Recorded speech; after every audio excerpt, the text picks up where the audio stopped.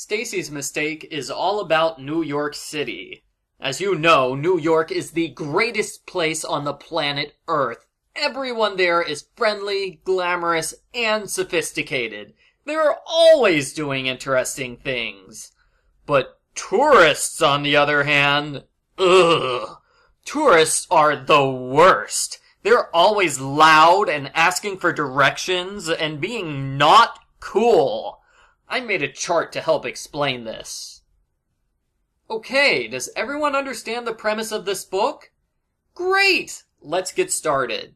Argo Font Book Review, Argo Font Book Review.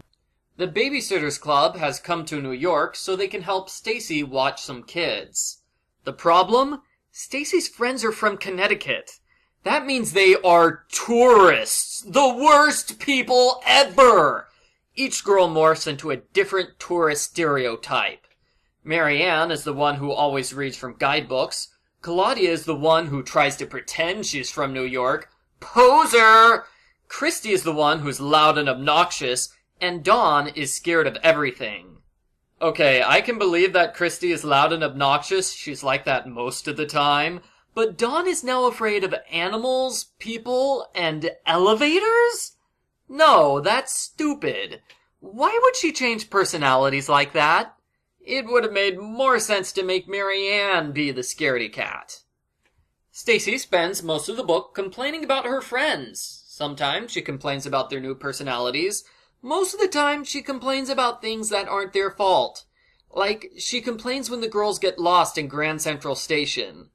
Ugh, can you believe it? Why haven't they memorized the train station's layout? Stupid tourists! Oh, and they brought luggage with them?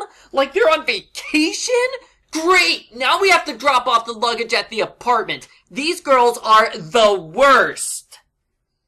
The anti-tourist rant is followed by a trip to the Hard Rock Cafe and Bloomingdale's. Aren't those tourist locations, Stacey? Stacey hates her friends more and more as time goes on because Kristy mispronounces something. Marianne mistakenly tries to take free samples, and Dawn falls down an escalator. She actually causes everyone else on the escalator to fall, and it sounds kind of hilarious, but Stacey wishes she was dead. Poor Dawn. That night, Stacey has a party so her New York friends can meet the babysitters. It's a disaster. Claudia and Lane get into a fight over who Stacey's real best friend is. Marianne scares everyone with her guidebook. Then she starts telling mean gossip about Dawn. Wow, Marianne, harsh. Kristy has the best time as she makes friends with a cute boy who likes sports. They dance the entire night together, and at the final slow dance, they're looking into each other's eyes, probably about to kiss, when Claudia steps in and steals the guy away. Dang it, Claudia! Get your own boyfriend! After the party, there's a huge fight. Lane storms off since everyone hates her. The next day is the babysitting job. There are 10 kids to watch, and I would love to describe them all, but there's honestly no point since we'll never see any of them again, ever. They visit the American Museum of Natural History, where Stacey brags about how great New York is. And they visit Central Park, where Stacey brags about how great New York is. Everyone is super amazed because they've never been to a park before. And Claudia makes a snide comment about Stacey's behavior. Stacey realizes that she's a New York snob. Yes, she is.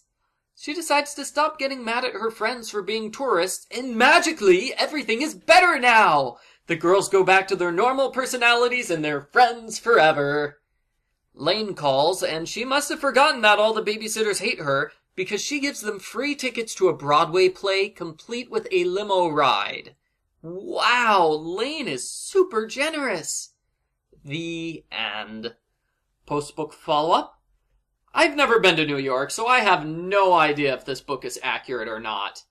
I'm not sure I want to go to New York if everyone there hates people from out of town. Still, I don't understand why Stacey hates tourists so much, then takes her friends to a bunch of tourist places. Why doesn't she take them to authentic New York places that only the locals know about? That would be an ideal solution to Stacey's problems. Stacey says she didn't invite Mallory and Jesse to New York because she doesn't know them. Liar! You spent a week babysitting Mallory! Continuity!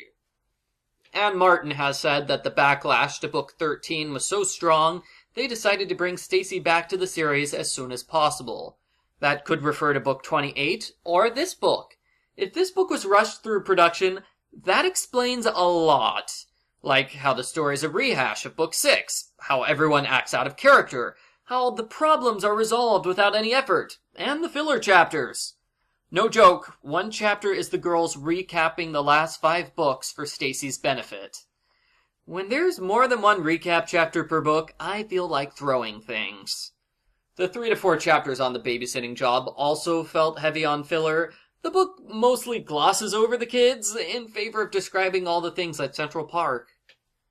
Overall, this is a bad book, unless you're obsessed with New York City, in which case, it's the best book ever!